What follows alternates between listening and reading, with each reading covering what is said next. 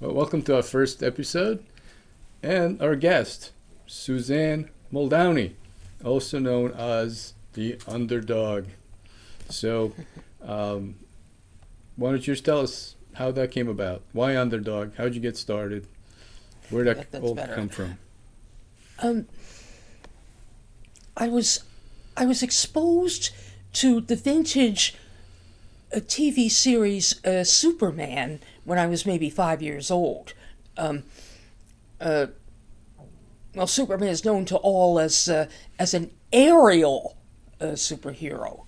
He's able to fly under his own power, so that enchanted me. When I wanted to emulate him, imitate his actions, all I could do was run around the room and occasionally make a big jump. I couldn't stay airborne, I found out. And what gave you that idea? What? That you couldn't stay airborne? Well, because I would jump and I wouldn't stay airborne. I would come down right away. That gravity. Yes, exactly. Gets in the way. You know, I've heard that they invented Superman's flight for the TV show. Originally, in the comics, he did just leap around. In the very beginning, Yeah.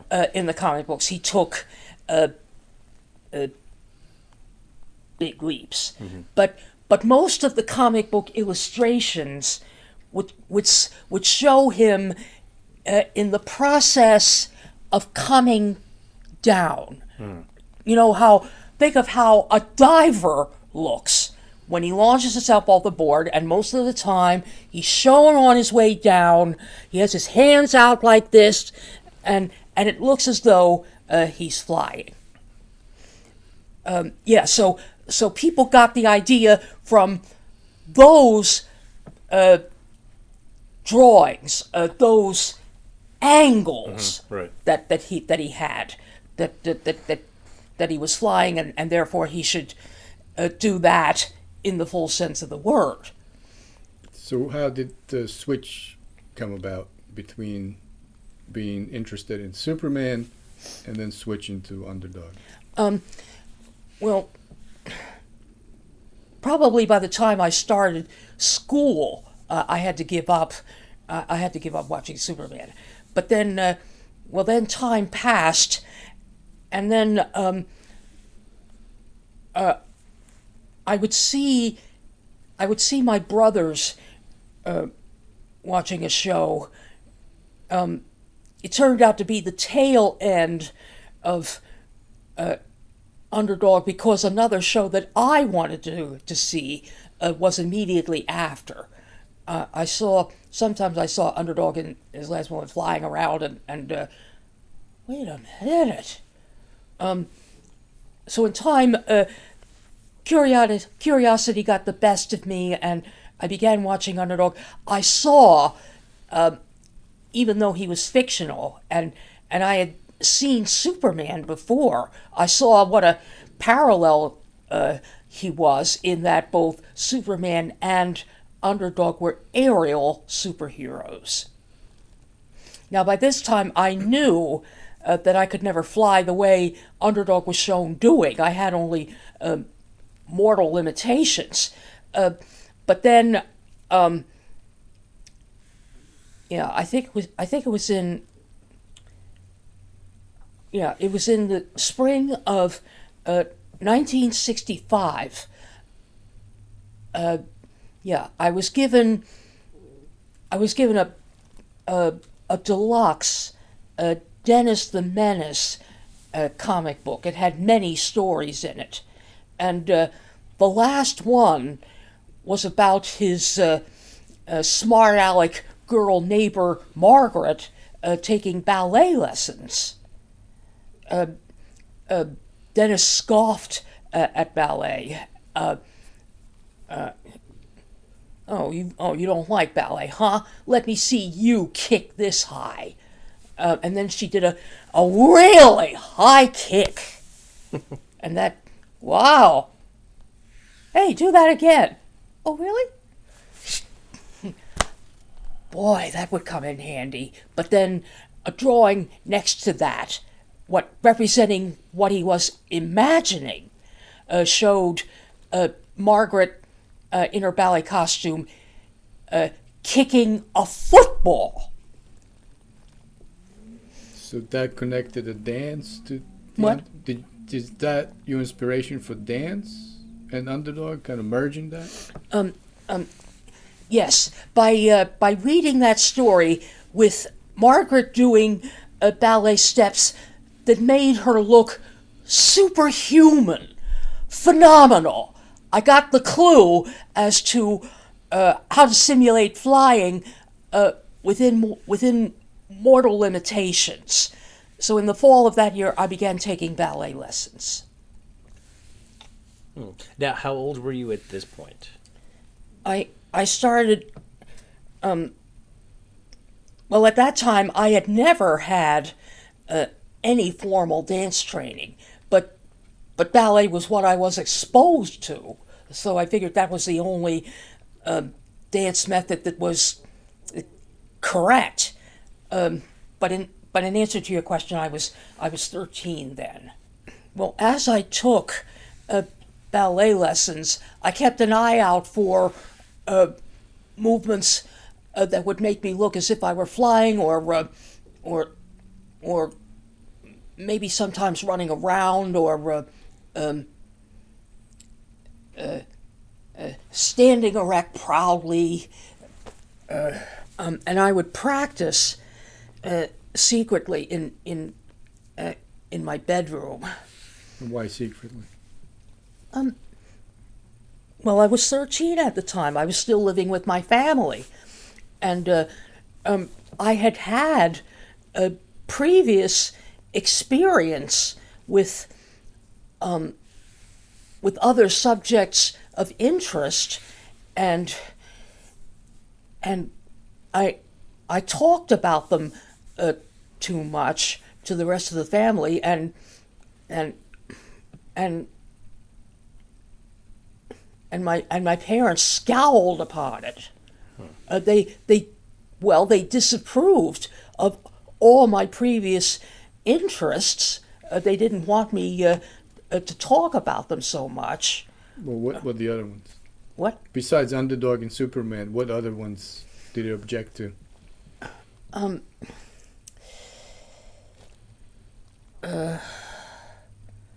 There was, let's see, Betsy Ross. They objected to Betsy Ross. They objected to my talking about her too much, or trying to do things she had done. One time, I became exposed to the Betsy Ross story as the result of going on a third grade class field trip. The Betsy Ross house was one of the places we visited. Until that time, I had never heard of her. So when we visited the house and I learned what she did, it caught my interest. And is that why you like to sew? Like you make your own costumes, you make different things. Yeah, did Yes. Betsy Ross inspire Yes, that's your what. Yes, sewing? learning about Betsy Ross got me started in sewing. So all these things kind of turn into Underdog. You get all the influences of other characters that you liked. Sewing from Betsy Ross, flying from Superman, and all that kind of manifested into Underdog? Ballet? No. I'm trying to stick to. I was trying to stick to the subject of how, when I first began dancing as Underdog, I had to do it secretly because my parents disapproved of my talking a lot about previous subjects of interest, and then you asked me the question, who were the others? We get to Okay. I got sidetracked. All right, so real quickly, so we go back to Underdog. Besides Betsy Ross, Underdog, Superman, what else? Well, let's see. After Betsy Ross, there was Charles Dickens' novel A Christmas Carol, especially the Ghost of Christmas Past. Then there was Joan of Arc, and I think Underdog was next. Well, it's a logical leap. You do seem to throw yourself into your passions very, very fully. So you were coming up with a dance you had to hide, and it was Underdog dance? The one you were hiding from your parents? Yes. Yes. So you developed the whole routine in secret? Well, not a routine per se, just various motions that showed up from time to time in a number of different TV cartoon stories. Now, why? I think you've spoken about this before, but why did you focus more on Underdog than Superman? Since Superman was, came first, but then now you focused more on Underdog. Is it a purer character? What is it? No. When I was exposed to Superman, I was only about kindergarten age, and I did not understand or know the first thing at that time about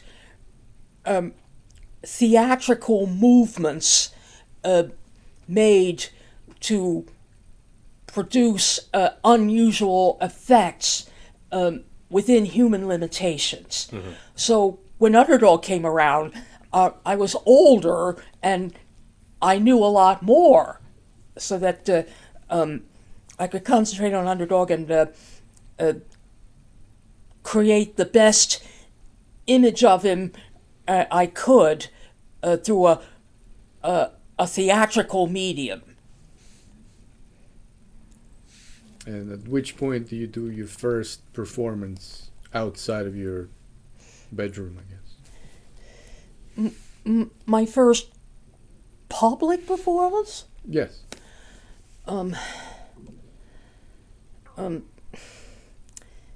That wasn't until 1980.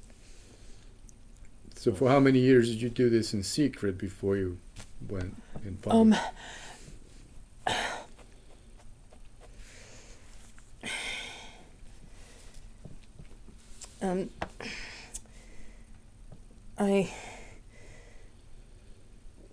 I danced in front of my television set, which was showing an Underdog story for the first time on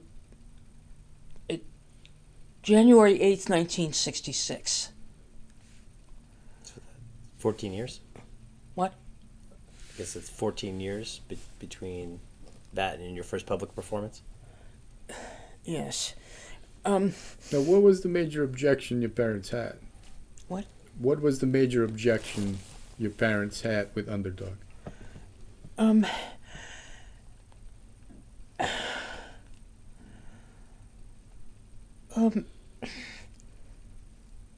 I was preoccupied with him. I made a crude costume at this time, and every time I watched it on TV, I dressed in that costume. My parents objected to my focusing on a fictional character. I knew he was fictional, but my parents were convinced that I thought he was for real.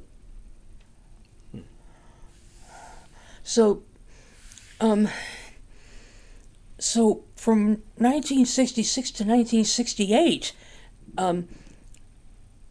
I watched the show and danced secretly, but my parents were aware of what I was doing. They didn't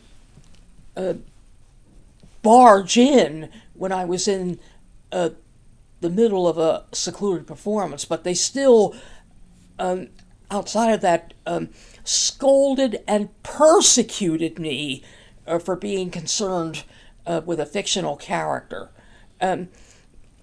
So at this time, especially my father, they cracked down on me about focusing on reality only. But here they made a big inconsistency, because goodness knows how many young children are coerced by their adult folk into believing fictional characters like Santa Claus, the Easter Bunny, the Tooth Fairy, and some others Christmas to are Alex. real. I think Alex still believed it was real. What? I think Alex was still believing Santa Claus was real. I didn't hear. What? I'll tell you in secret. I think Alex still believes Santa Claus is real. Oh boy. I was questioning. It's okay. It's a tragedy, Suzanne. But please continue. Okay, so, young children are force-fed the concepts of fictional characters.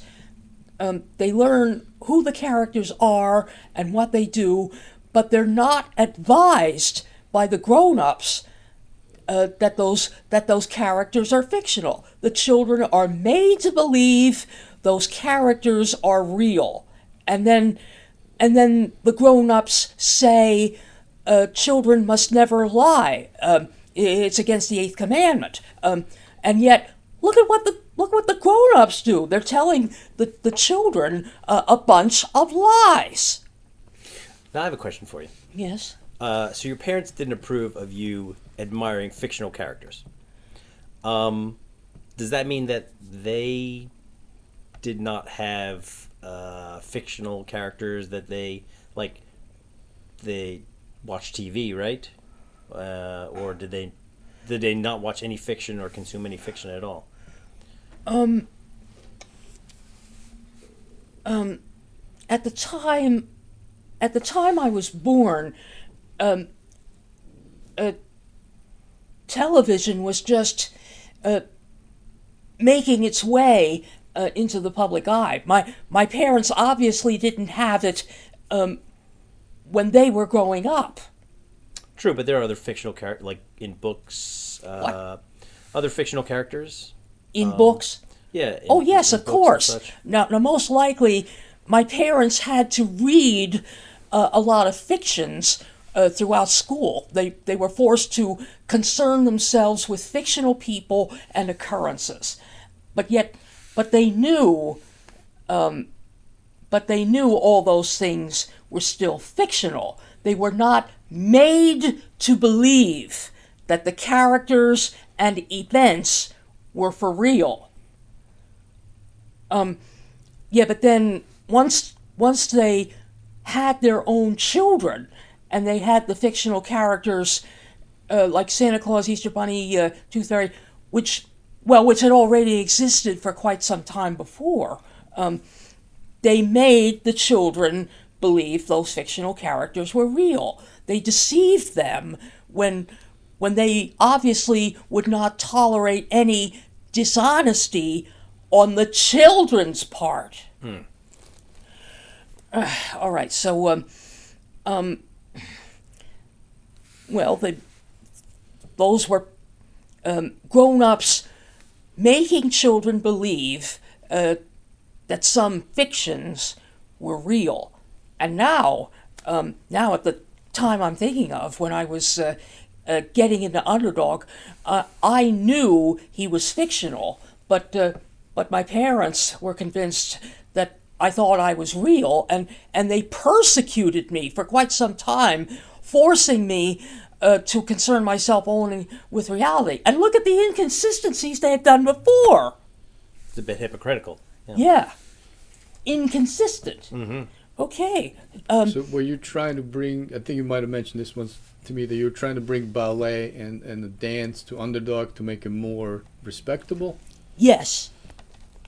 Yes. So can you tell us more about that idea, how that come about?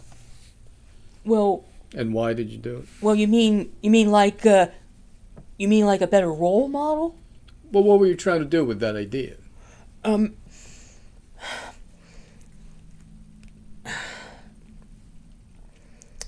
Well, as I watched more Underdog cartoon stories, I could see that the cartoons created very unrealistic images.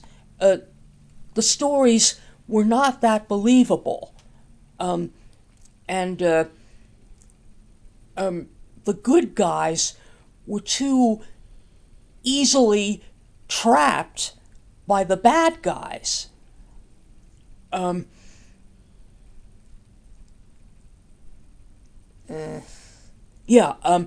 the characters had just the intelligence of children.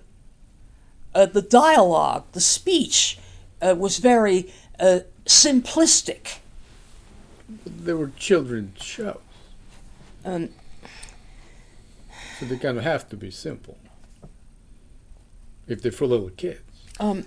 I have to disagree, Boris. No? I watched Underdog as a child, and I thought they were simplistic too. You know. Well, how old So- were you then? 35. Let's see. No, I was very young. I think I was 5 years old. Yeah. Yeah. Well, see, I was. We had Comrade Tito flying around. What? We didn't have Underdog. You had it when you were a child? Yes.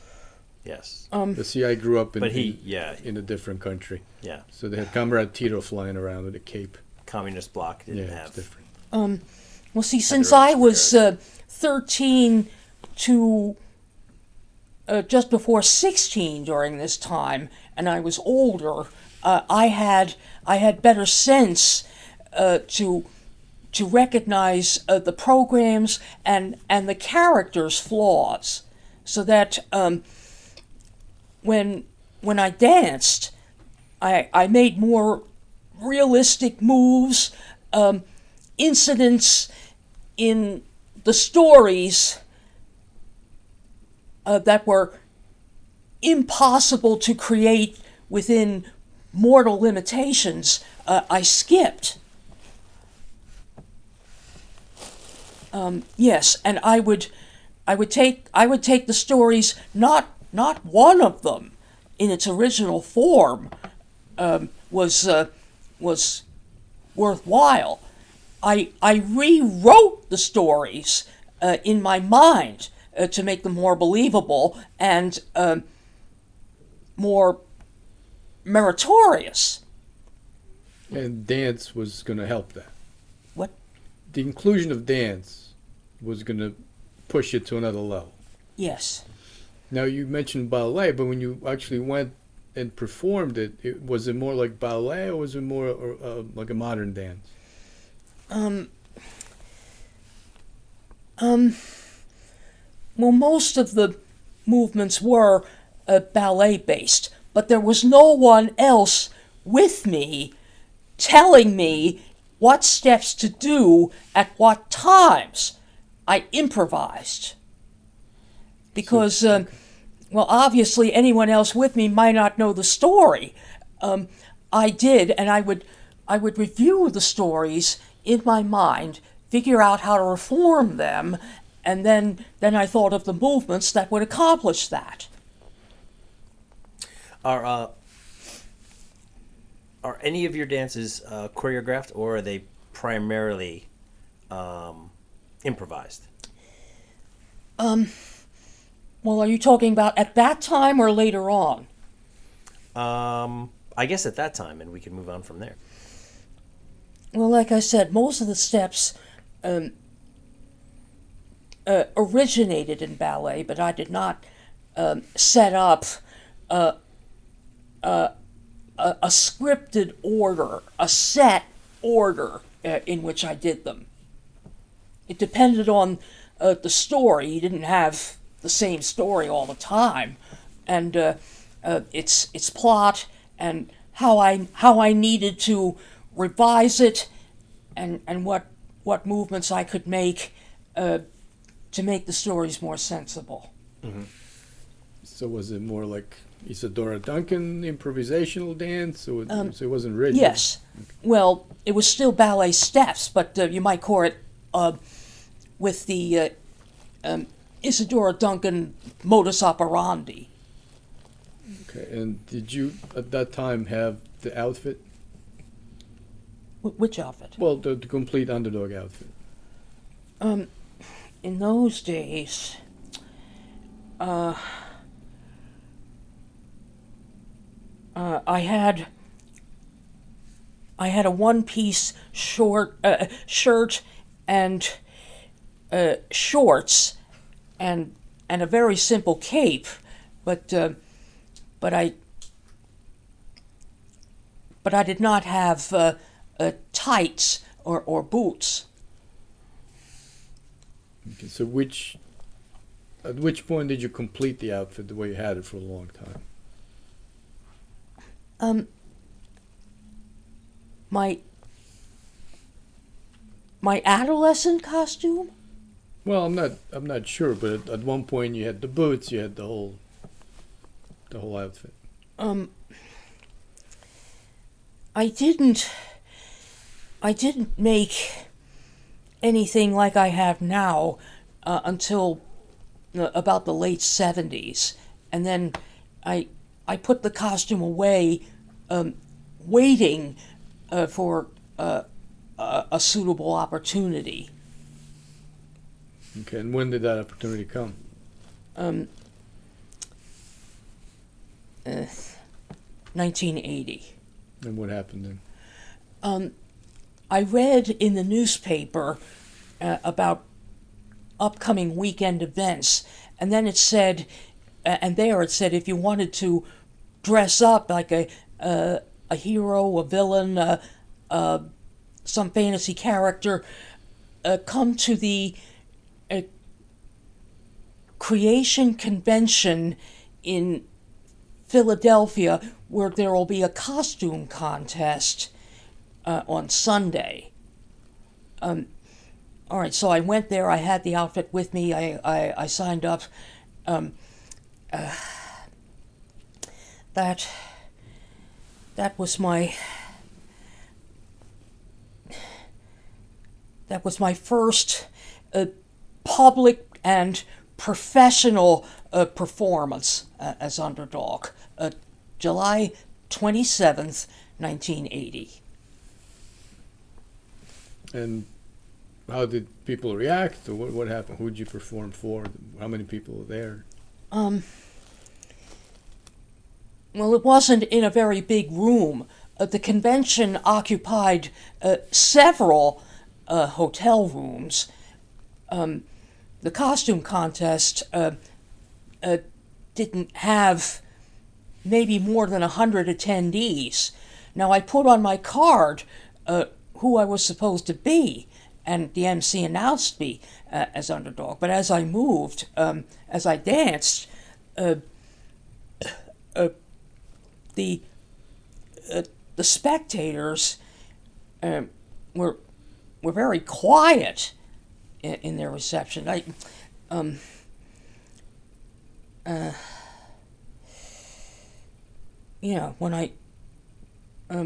When I left the stage, another man tried to trip me over. Why would he do that? Because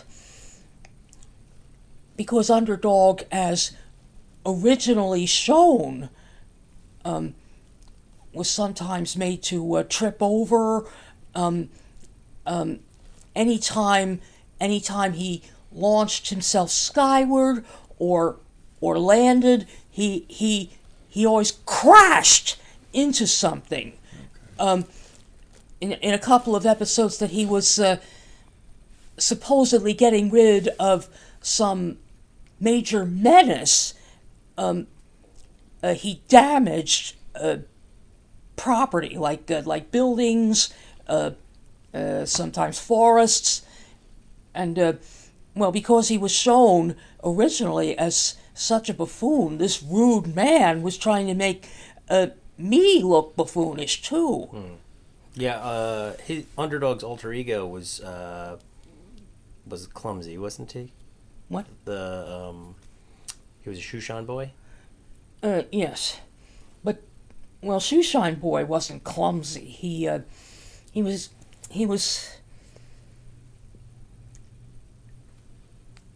very neutral. Mm-hmm.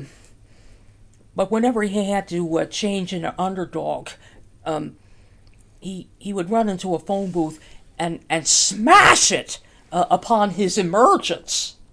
Yeah, I remember. Ugh.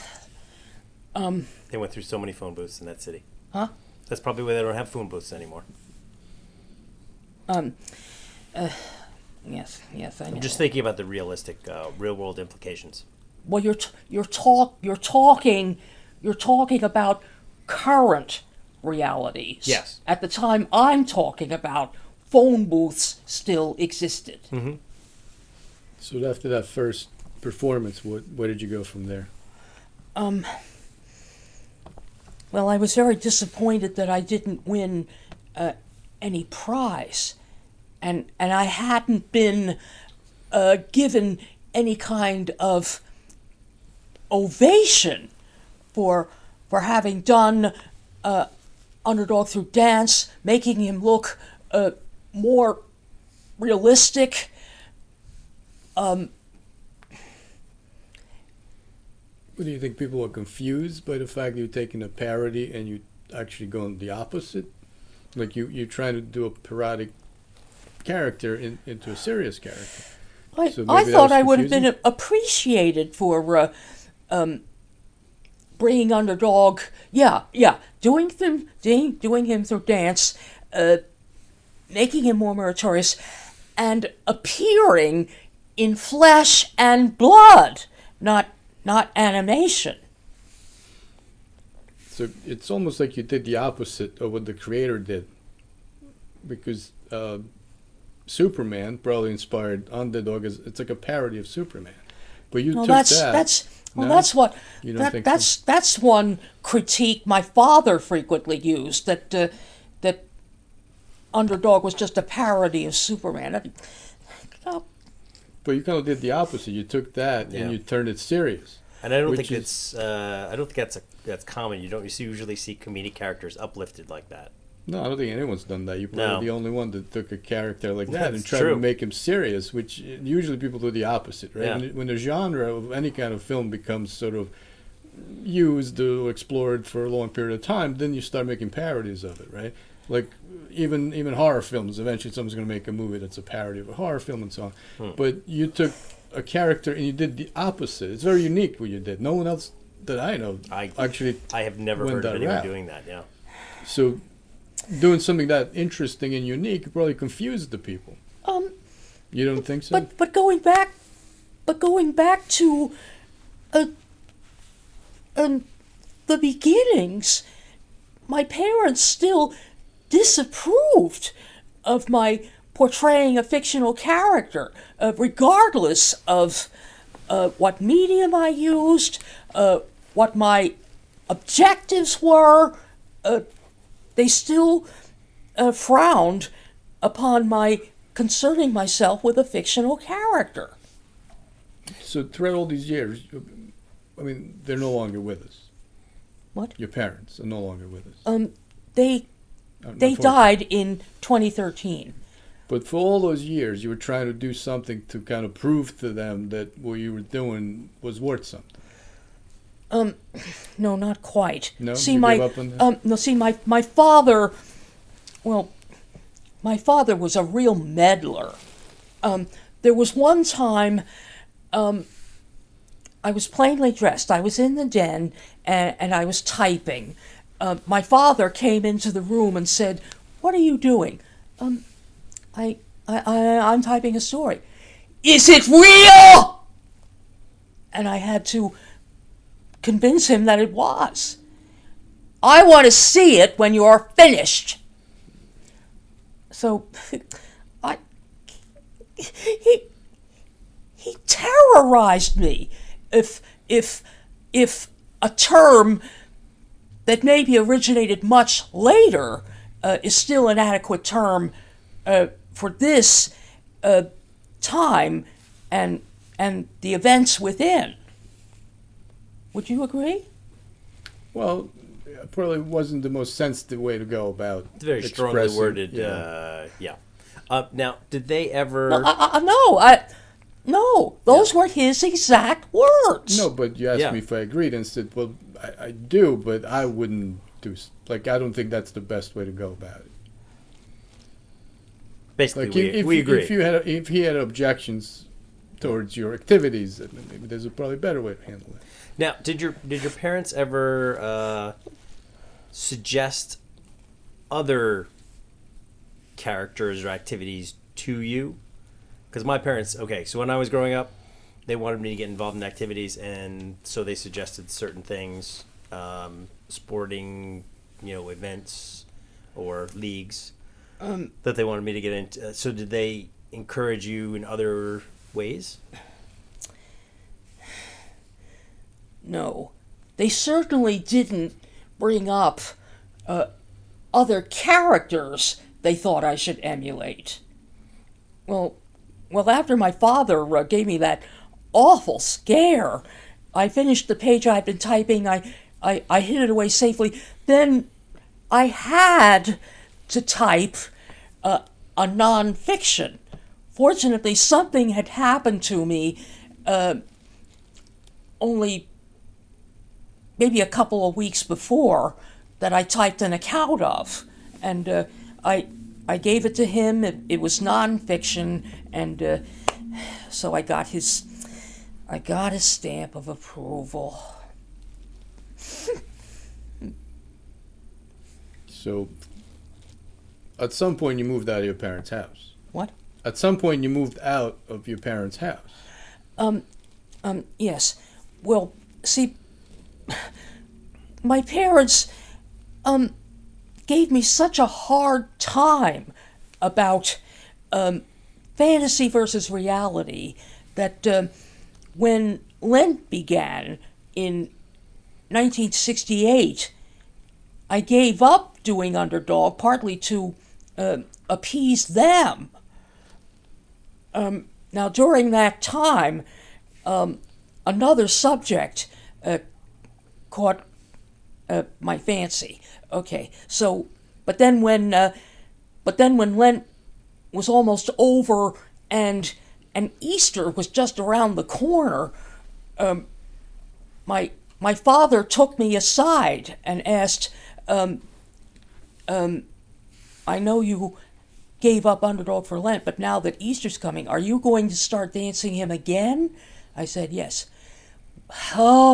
Well, you're going to have to compensate. I had to explain to him that I had given up dancing Underdog or doing anything else that would remind me of him. I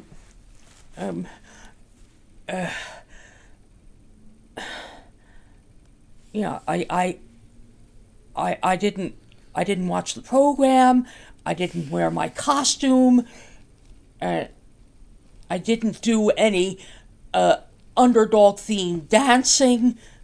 I gave it up altogether, and then my father insisted that you're going to have to compensate once Easter 1968 arrived. My mother came in then, and I was crying. She gave me a pill that would calm me down. Now, once Easter came, and 1968 progressed into summer, I didn't dance underdog stories. I made up dances that simply put them on exhibition. And I was also getting increasingly interested in this other subject.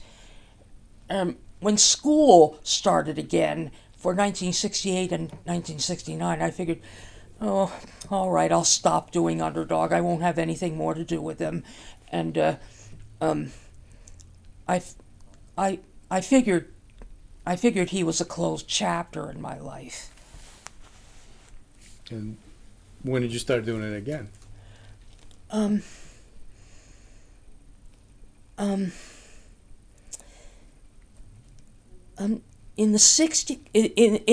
the late 60s through the mid 70s, I was busy with high school and college, during which time I involved myself with other subjects. When I saw a commercial toy or heard on the TV that Underdog was coming next, I just shuddered. I had never been able to contact the network that telecast the original cartoons, because I wanted to tell them, Underdog has to be made over, because I saw it when I was watching it, and my parents gave me an awful time about the show. It's in its original form, and my alleged copying every element of it through my impersonations. I never got the chance to tell them that I was reforming the stories, or that when I was performing before the TV set, I did not think I was Underdog. I imagined that I was a dancer portraying him, because as the stories progressed and I made my movements, imagining how it would look if I were doing it on stage with additional actors. At times that Underdog was out of the story temporarily, I walked away from the main part of the floor and stuck close to a wall, as if I were a performer waiting in the wings. And at the conclusion of every episode, I came forward and I took curtain calls. And I imagined that the other actors were taking curtain calls with me. Now, you said you wanted to get in touch with the television station to remake it. Was your hope that if it was made in a more serious manner, that your parents would stop harassing you about it? Or was it just because you wanted to see them take it more seriously?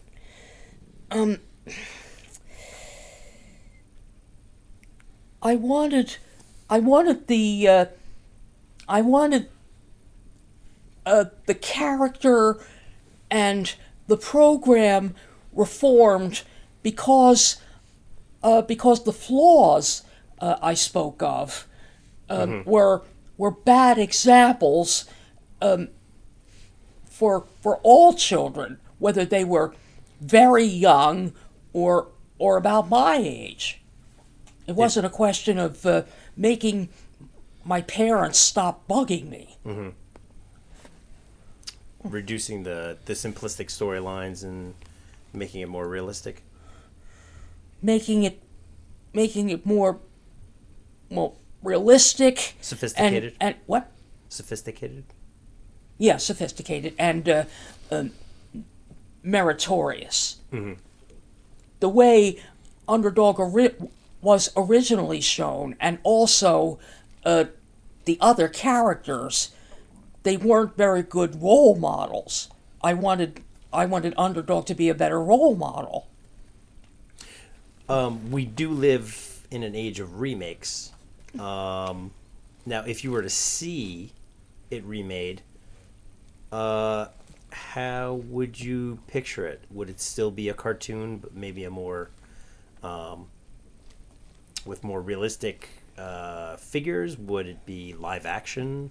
Would it be computer generated? It would be live action on a stage. But now there was one time that it was live action in 2007. It was a feature-length movie. And you didn't like that one? I hated it. There were live actors, but Underdog himself was a live dog, maybe on wires or some extra special animated figure made to look like a real dog. And some of the other characters were these animated animals too, made to look like real ones. I can't believe I missed that movie. I think a lot of people Well, it wasn't a big success. When I first heard about it, I thought, "Oh my gosh, I've been working all these years. I'm hardly known for it, and now this movie could become so widely circulated and popular that I would get completely wiped out." Possibly, but it might create a resurgence in interest in your work. Yeah, but what happened? Nothing happened with the movie, right? Because What? the movie didn't do so well, so no one remembers that movie. No, the movie didn't do that well, but no one came to me saying, "Hey, I saw that Underdog movie. Haven't you always been portraying him live through dance?" So that meant there was no renewed interest or fresh interest in what I had been doing. Yeah.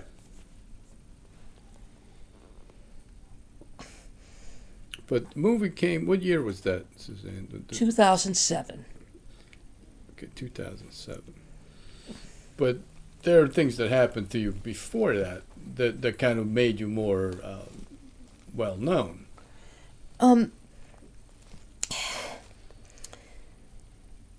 What year did you meet Rich Brown? Didn't you do was it Beyond Vaudeville or something like that? I did. Yeah, I was at the Smithsonian. Have you ever been there and seen they have Underdog's penis on display there? I'm just kidding. Okay. It's a Dillinger and an Underdog. I know, I'm serious. I'm very sorry. Listen, oh boy. You've just succeeded in equaling yourself to another arch enemy. I did a number of live performances in conventions and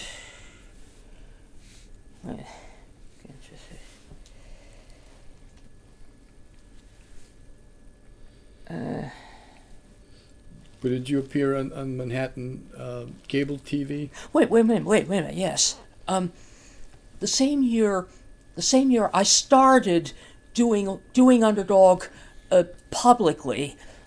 I went to Montgomery, Alabama, to be on a local TV show. Now that was a kids' show, and I was a guest on it. I was wearing an underdog costume, but it wasn't absolutely perfected. It didn't look anything like this. Specifically, I did not yet have the letter U on my chest. I danced for my part of the program, but it wasn't strictly underdog. I was the people in charge of that show asked me to come because I had invented figure jogging. Okay, so you did figure jogging, which is what? Can you explain what that is? Oh dear. Well, that was what I did on Jimmy Kimmel. Figure jogging was a way to make jogging and running into a theatrical or entertainment sport. Look at how gymnastics and figure skating are considered more entertainment than athleticism. Mm-hmm. All right, so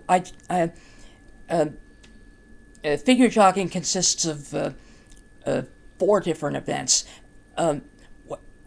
You're all, I don't think my legs would show up very well. I'll do it with my hands. In regular walking or running, the feet always make alternate landings. Figure jogging is the same way. You might be simply running or maybe going up with your feet. See, they're kind of like a kicking, but see, my hands are still going up and down alternately. And some basic steps, basic movements, keep you in place or traveling, but still making alternate foot landings from start to finish of any one musical number. When that musical number is finished, you wait a while, put on another number, and so on. If figure jogging recitals were the way I imagined them, there could be a number of joggers. Maybe one person by himself, or several people would do one number. They'd go away. Another group would do the next number, and so on. So it's an aerobics class. What? It's like an aerobics class. Aerobics. You said a group of people come in, they do dance, they leave. No? Jane Fonda didn't steal left. No. It does sound like a workout. Yeah. You get a workout, but you're also artistic. Now, aerobics is totally the wrong idea. When I started to demonstrate figure jogging privately, so the clients would understand the basics, sometimes they interrupted by saying, "Oh, that's just aerobic dancing." But I did attend one aerobic dance class to make sure that their claims were false, and I was right. The one aerobics class, dancing class I went to, started with the participants moving very slowly, then gradually faster, so that in between musical numbers, the instructors had us run the normal way in circles to catch our breath, and we slow down again, but the movements were sliding, kicking, hopping,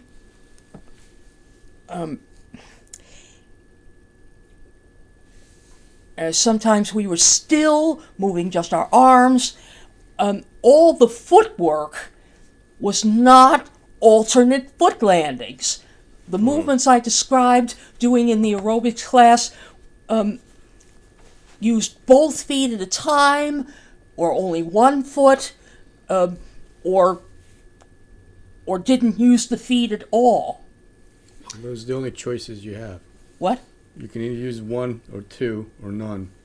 Well, I think Right? so. There's not much else you can do. It sounds like what you're saying is that it's almost like you're always progressing. You're always moving forward in some way, with the alternate feet, rather than aerobics where you're moving sideways. No, backwards, with aerobics, we traveled. My point was the steps were not the same as I used for figure jogging, specifically in the case of constant alternate foot landings. Now, with figure jogging, sometimes you're still and sometimes you're traveling. It depends on the steps you're making and what event it is. So I'm a little confused, but I've seen you do it. But it doesn't matter. Let's move on to Underdog is what we want to talk about. Yeah. You were asking me what performance progress I had been making with Underdog up until the time I met Richard Brown and Beyond Vaudeville. Okay, so that's it. Mostly I was on stage in conventions, but there was that one time I was on a TV show in Underdog costume, but I was not listed on the program as Underdog. What were you listed as? What? What did it list you as? Just myself, Suzanne Muldowney, and I did figure jogging. Okay. And then, what year was it when you did the Manhattan cable show?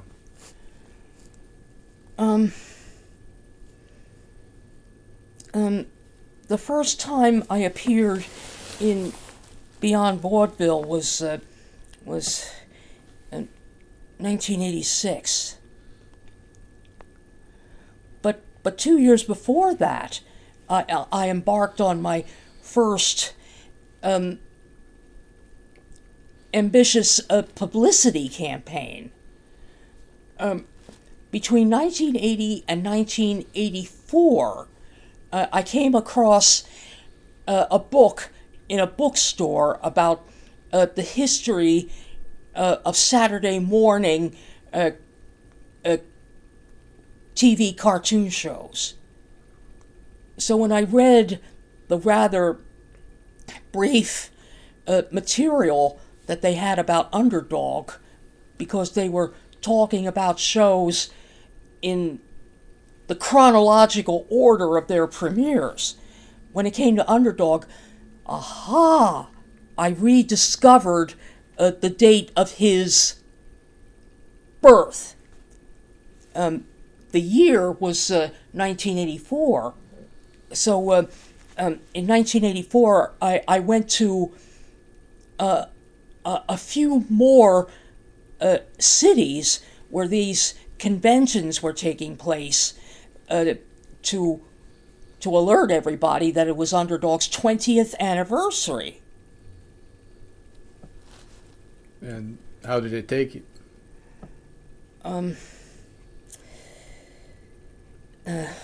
They took it very lightly. They just didn't care? Yeah. Does anyone else, or did anyone else, go to these conventions as any Saturday morning cartoon characters? No,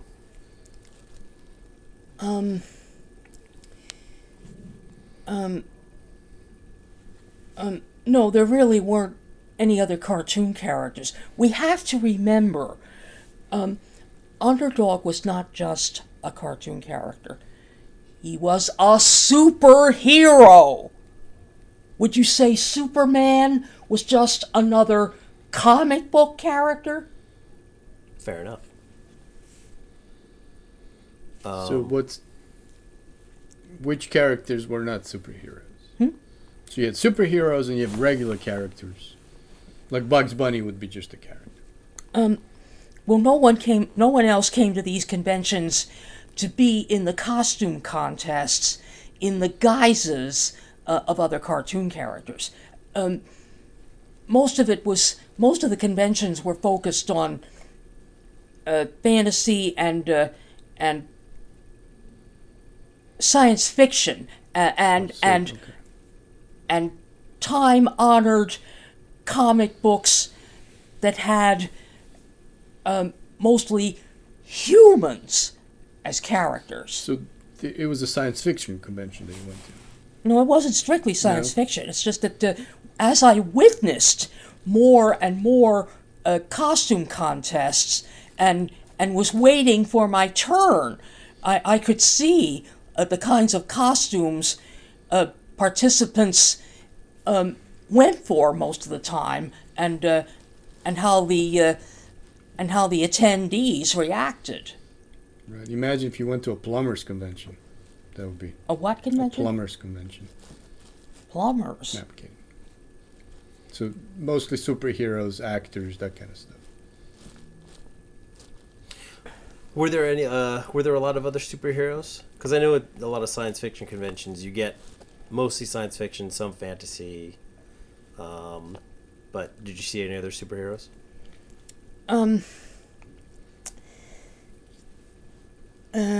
Or were there other regular people, people that went there to these frequently that you would see consistently? I was starting to answer when you I'm sorry. interrupted me. Well, that was me. I didn't see that many other superheroes over time. Now, my very first time, one of the other contestants was Sue Richards, one of the Fantastic Four. So that was another superhero. Did they have superhero conventions back then?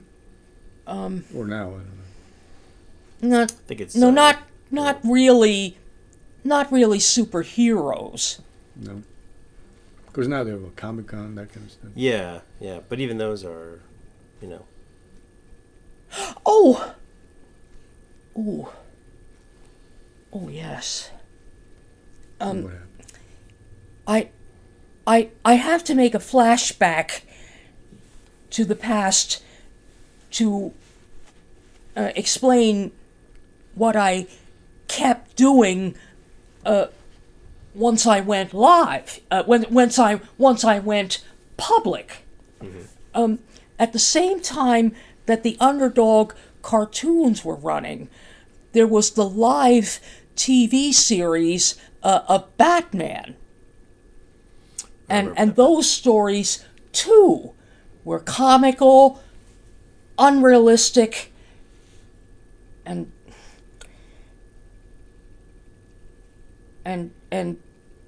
degraded the main characters. I did not care for the Batman live series in the 60s either. Myself. Well, my parents complained about it, but they didn't make as much noise over Batman as they did with Underdog. And then, yes, I saw letters to the editor, posters,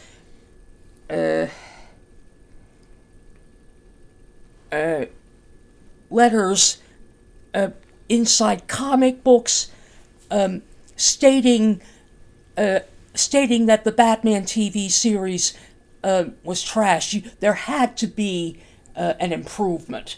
That was my same view with Underdog. But Batman was much more popular, so he got much more publicity, even in terms of dissatisfaction and demand for improvements. there wasn't any equally big scale or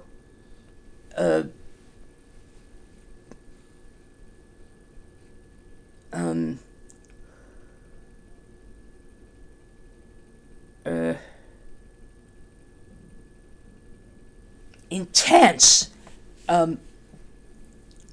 campaign in terms of Underdog possibly needing reformation. Yeah. I think you might have been the only one.